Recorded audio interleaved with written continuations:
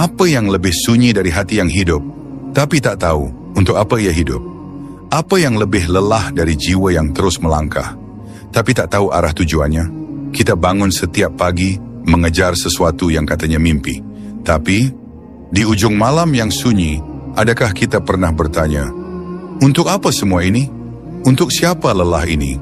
Waktu berjalan seperti bayang-bayang senja, perlahan tapi pasti menggelap. Dan di antara denting waktu yang tak pernah kembali, ada satu pertanyaan agung yang jarang disapa manusia. Kita ini dari mana? Bukan dari rahim ibu semata. Bukan dari sepasang insan yang saling mencintai. Lebih jauh dari itu. Lebih tinggi, kita dari Allah. Dari titah keabadian, dari ciptaan yang tak sia-sia. Al-Quran membisikkan dengan lembut namun penuh keyakinan. Afahasibtum annama khalaqnakum abathan wa annakum ilaina la turja'un. Quran Surah Al-Mu'minun 115. Apakah kamu mengira bahwa kami menciptakanmu secara main-main, sia-sia, dan bahwa kamu tidak akan dikembalikan kepada kami? Ini bukan hidup yang kebetulan. Ini bukan cerita acak tanpa pengarang. Ini adalah takdir yang ditulis oleh penulis agung. Allah, kita bukan hidup untuk mengejar dunia, lalu dikubur olehnya. Kita hidup karena dititipkan tugas, amanah, misi suci, dan tujuan itu bukan sekadar bahagia, tapi menjadi sebab bahagia orang lain. Dalam ayat-ayatnya, Allah telah menanamkan tujuan hidup manusia, dan salah satunya adalah untuk beribadah, bukan hanya di masjid, tapi dalam setiap hela nafas, dalam setiap niat, gerak, dan diam. Allah berfirman dalam Al-Quran, وَمَا خَلَقْتُ الْجِنَّ وَالْإِنسَ إِلَّا لِيَعْبُدُونَ. Quran Surah Az-Zariyat 56. Dan aku tidak menciptakan jin dan manusia, melainkan supaya mereka beribadah kepadaku. Ibadah bukan cuma salat. Ibadah adalah memilih berkata jujur saat mudah berbohong. Ibadah adalah bersabar saat hati ingin marah. Ibadah adalah diamnya seorang istri yang tidak membalas dan tangisnya seorang ayah yang memendam demi nafkah halal. Rasulullah pun bersabda, sesungguhnya dunia ini adalah tempat persinggahan, bukan tempat tinggal abadi. Beramallah seolah engkau akan mati esok hari. Hadis riwayat Ibnu Majah. Kita dicipta untuk mengenalnya, mengabdi padanya, dan menjadikan hidup ini jembatan menuju keabadian yang sejati. Namun kita ini pelupa, seringkali sibuk dengan dunia, hingga lupa siapa yang memberi dunia itu. Kita kejar jabatan, tapi lupa bahwa kelak tanah pun tak menanyakan jabatan. Kita kejar pujian, padahal yang kita butuhkan adalah ampunan. Namun meski sering lupa, Allah tak pernah lupa. Meski kita lalai, Dia tak pernah alpa. Dia tetap menyambut siapapun yang ingin kembali. Inilah awal perjalanan kita. Sebuah jalan panjang untuk mengenali 5 tujuan hidup yang ditanamkan Al-Quran. Bukan agar kita takut, tapi agar kita tahu untuk apa kita hidup. Agar kita berhenti tersesat dalam dunia dan mulai melangkah menuju cahaya. Pernahkah kau merasa ada suara di dalam jiwamu yang terus memanggilmu untuk berbuat baik, meski dunia berkata, untuk apa? Ada getaran halus dalam hati yang menangis saat melihat ketidakadilan. Ada luka yang terasa di dada saat saudara kita disakiti oleh tangan-tangan tamak. Itu bukan sekadar empati, itu adalah fitrah, itu adalah panggilan jiwa khalifah. Ketika Allah menciptakan manusia, Dia tak hanya menciptakan tubuh dari tanah, tapi juga meniupkan ruh misi yang menjadikan kita berbeda dari segala ciptaan lain. Allah berkata kepada para malaikat, Inni ja'ilun fil ardi khalifah. Sesungguhnya aku hendak menjadikan seorang khalifah di muka bumi.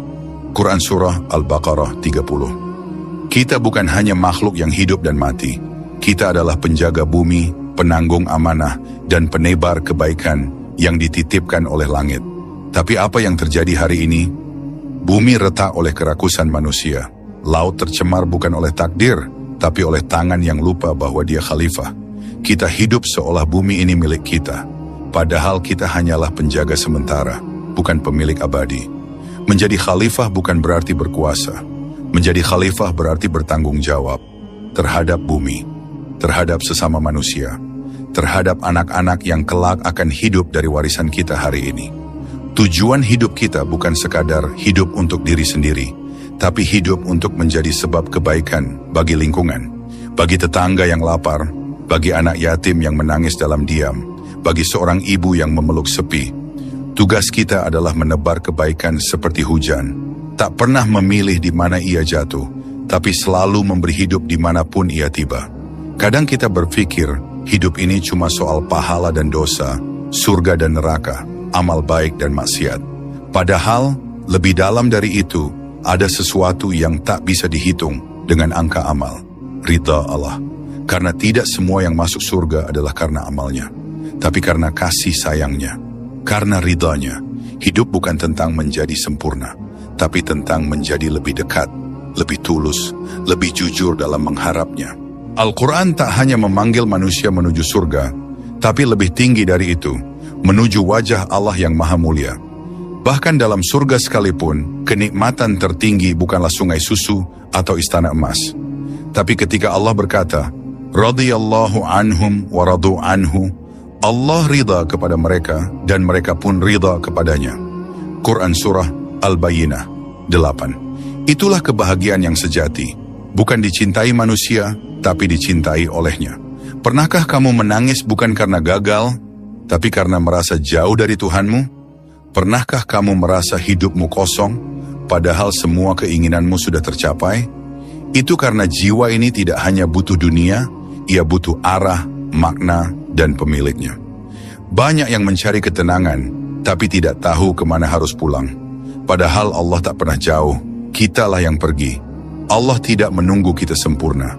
Dia hanya menunggu kita datang dengan air mata, dengan pengakuan, dengan segenap niat yang belum kuat, tapi ingin. Hidup ini bukan tentang menghindari neraka, tapi tentang kembali ke pelukan pencipta kita. Dalam keadaan dia ridha, dan kita pun ridha. Pernahkah kau bertanya, kenapa justru orang terdekatlah yang paling sering melukaimu? Mengapa hidup kadang dipenuhi orang-orang yang seolah hanya hadir untuk menguji kesabaranmu? Teman yang berubah menjadi pengkhianat. Orang yang kau bantu justru memunggungimu. Keluarga yang mestinya melindungi malah menjadi beban. Hidup ini memang bukan panggung sempurna. Setiap tokoh yang muncul dalam ceritamu ada untuk sebuah alasan, bukan untuk menyakitimu, tapi untuk menguatkanmu. Kita diuji bukan hanya oleh musibah, tapi juga oleh hubungan, karakter, ego, luka masa lalu yang belum sembuh. Dan terkadang orang yang paling dekat denganmu adalah jembatanmu menuju kedewasaan jiwa. Bukan dia yang salah, bukan kamu yang buruk, tapi Allah ingin kamu belajar mencintai dengan ikhlas, tanpa pamrih, tanpa berharap balas. Dan melalui mereka, Allah ingin mengajarkan satu pelajaran. Kesabaran tak perlu pengakuan, ia cukup dilihat oleh Tuhan.